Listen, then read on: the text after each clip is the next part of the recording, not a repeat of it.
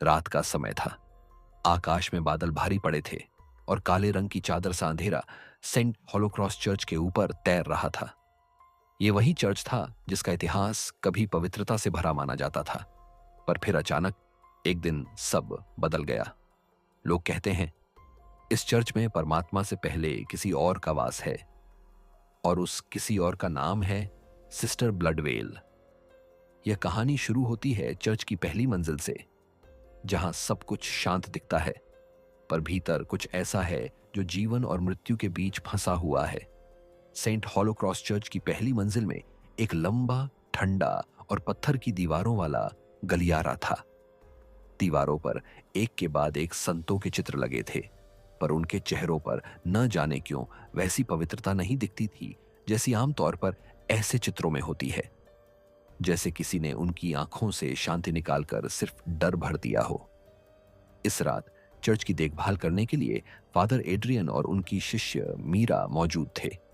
मीरा एक युवा शोधकर्ता थी और वह सेंट होलोक्रॉस चर्च के रहस्यों पर अध्ययन करने आई थी। जैसे ही वे पहली मंजिल में दाखिल हुए, फादर एड्रियान ने धीमी आवाज में कहा, मीरा, यहां इस मंजिल पर सांसें रुक जाती हैं। ऐसा लगता है जैसे हवा भी डरती हो कि कहीं कुछ जाग ना जाए। मीरा ने कांपती आवाज में पूछा, कुछ जाग? क्या इस चर्च में सचमुच कोई है? फादर ने उत्तर नहीं दिया। वे सिर्फ उस दिशा में टकटकी लगाए देखने लगे जहां गलियारा खत्म होता था। वहीं एक पुराना टूटा हुआ क्रॉस पड़ा था और उसके पीछे से हमेशा की तरह हल्की सी बदबू आती थी, जैसे किसी पुरानी सड़ी हुई वर्दी की। आगे बढ़ते हुए मीरा ने दीवार पर एक नाम उकेरा हुआ देखा, सिस्टर ब्लडवेल। उसके नीचे लाल सूखे धब्बे जैसे लहू के निशान।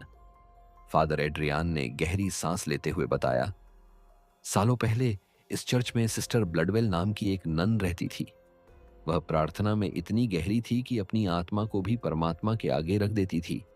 लेकिन एक रात वो भटक गई, किसी अंधेरे अनुष्ठान में खिंच गई, और आज वह वहीं पर कैद है जहां उसके पाप शुरू हुए थे। फादर की बात पूरी भी नहीं हुई थी कि अचानक हवा ने तेज झोंका मारा। दीवार पर टंगा एक चित्र हिलने लगा, फिर अपने आप जमीन पर गिर गया। उस चित्र में एक नन थी, चेहरा घूंघट में, पर आंखें नहीं थीं, सिर्फ काली गहरी धांसी हुई जगहें। मीरा का दिल तेजी से धड़कने लगा। वह पहली मंजिल से आगे बढ़ना चाहती थी, लेकिन फादर ने उसका हाथ पकड़ लिया। ऊपर मत जाना मीरा, दूसरी मंजिल पर वही रहती है। मीरा की जिज्ञासा उसके डर पर भारी थी। वह फादर की चेतावनी को अनसुना कर दूसरी मंजिल की सीढ़ियां चढ़ने लगी। सीढ़ियां पुरानी थीं, हर कदम पर भुरभुरी धूल उड़ रही थी, जैसे कोई लंबे समय से यहां आया ही ना हो। ऊपर पहुंचते ही एक लंबा हॉल दिखाई दिया।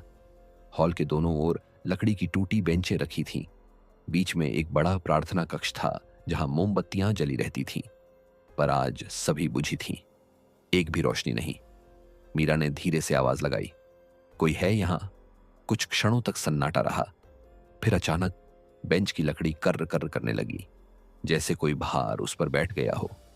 मीरा ने टॉर्च जलाकर बेंच की ओर रोशनी की। कुछ नहीं था, पर एक परछाई धीरे धीरे जमीन पर लहराते हुए आगे बढ़ने लगी। कौन है? सामने आओ। इस बार जवाब आया, पर इंसानी नहीं। एक बेहद धीमी गर्म सांस उसकी गर्दन के पीछे पड़ी। मीरा ने पलट कर देखा। वहां एक नन खड़ी थी, काले वस्त्र, चेहरे पर लाल लकीरें और आंखों से बहती काली तरल बूंदें। मीरा डर से पीछे हट गई।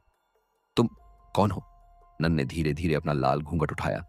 उसका चेहरा आधा जला हुआ, आधा सूजा हुआ और पूरा भयावह था। उसने फुसफुसाकर कहा, मैं सिस्टर ब्लडवेल। हॉल का तापमान अचानक गिर गया। मीरा की सांसें धुंध में बदलने लगी। दीवारों से खरोंचने की आवाजें आने लगी, जैसे सैकड़ों हाथ अंदर से बाहर निकलने की कोशिश कर रहे हों। सिस्टर ब्लडवेल धीरे धीरे आगे बनी। उसकी हर चाल के साथ फर्श कांपता। तुमने मुझे क्यों जगाया? उसकी आवाज आग में तपती लोहे जैसी थी। मैं सदियों से इस मंजिल में कैद थी। न किसी ने मेरा नाम लिया, न किसी ने मेरी याद की, पर तुमने मुझे बुलाया। मीरा का पूरा शरीर सुन्न हो चुका था। वह भागना चाहती थी, पर पैर जैसे जमीन में धंस गए थे। सिस्टर ब्लडवेल ने अपना हाथ उठाया, हाथ पर खून के ताजा निशान थे, और कहा, अब तुम भी यहीं रहोगी मेरे साथ। तभी नीचे की मंजिल से फादर एड्रियन की आवाज आई, मीरा भागो, नीचे आओ। मीरा की चेतना जैसे वापस आई। वह पूरी ताकत से सीढ़ियों की ओर दौड़ी, पर पीछे से सिस्टर ब्लडवेल चीखते हुए झपट पड़ी। सीढ़ियों के बीच में अचानक एक तेज हवा चली जिसने सभी मोमबत्तियां जला दी।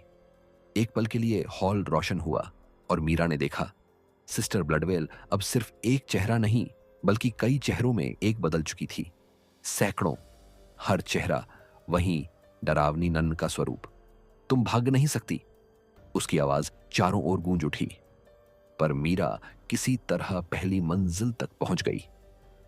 फादर एड्रियान ने क्रॉस उठाया और पढ़ना शुरू किया, ग्लोरिया इन एक्सेल्सिस डेओ। पर सिस्टर ब्लडवेल ने क्रॉस को देखते ही एक भयानक चीख मारी।